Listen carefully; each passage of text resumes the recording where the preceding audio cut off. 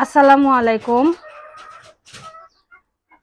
আপনারা অনেকেই জানেন যে আমাদের ছোট্ট দেশি মুরগির খামার আছে, আর আমরা বহুবার এই খামার বড় করার জন্য ইনকিউবেটর মেশিনে ডিম বসিয়েছিলাম, তবে প্রতিবারই আমাদের ডিম নষ্ট হয়ে যায়। তো এ কারণে আমরা যে গ্রামীণ পদ্ধতি থাকে, মানে আগে যেভাবে ডিম ফোটাতো মুরগির পেটের নিচে দিয়ে, তো আমরা সেভাবে আজকে দুইটা মুরগি বসিয়ে দেব। তো প্রথমে এই যে যে তাওয়া আছে, তাওয়ার মধ্যে কিছু পরিমাণ ছাই দিয়ে দিলাম। তারপরে এবার ডিমগুলো দেব।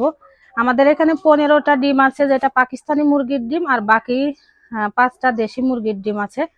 তো 10টা 10টা করে 20টা ডিম বসিয়ে দিচ্ছি।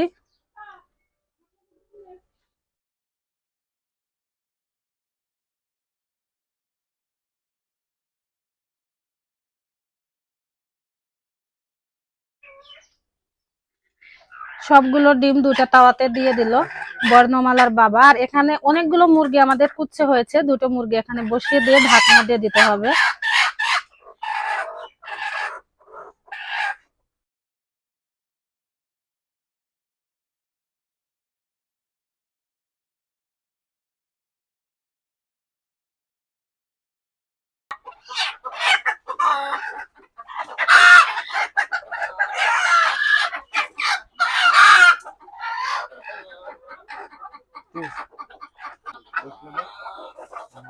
আমাদের এই মুরগিগুলো দিয়ে কখনো ডিম ফোটানো হয়নি, যার কারণে এরা ডিমের উপর এখন বসতে চাচ্ছে না। আর সারাদিনই দেখা যায় ডিম থাক বা না থাক, একটা তাওয়ার মধ্যে 3-4টা মুরগি বসে থাকে। তো এই যে একটা ভাঙা ঝুড়ি দিয়ে ঢেকে দিয়েছে, ওটা বের হতে পারছে না।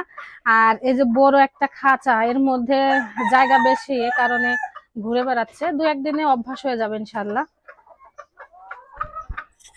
তো সবাই আমাদের এই দেশি মুরগির খামারের জন্য দোয়া করবেন, যেন আমাদের খামারটা খুব শীঘ্র বড় হয়, আর তার সাথে আমাদের মুরগিগুলো যেন সুস্থ থাকে, আর ডিম থেকে যেন বাচ্চা ফুটে বের হয়। আমাদের হাজারের উপরে ডিম নষ্ট হয়েছে।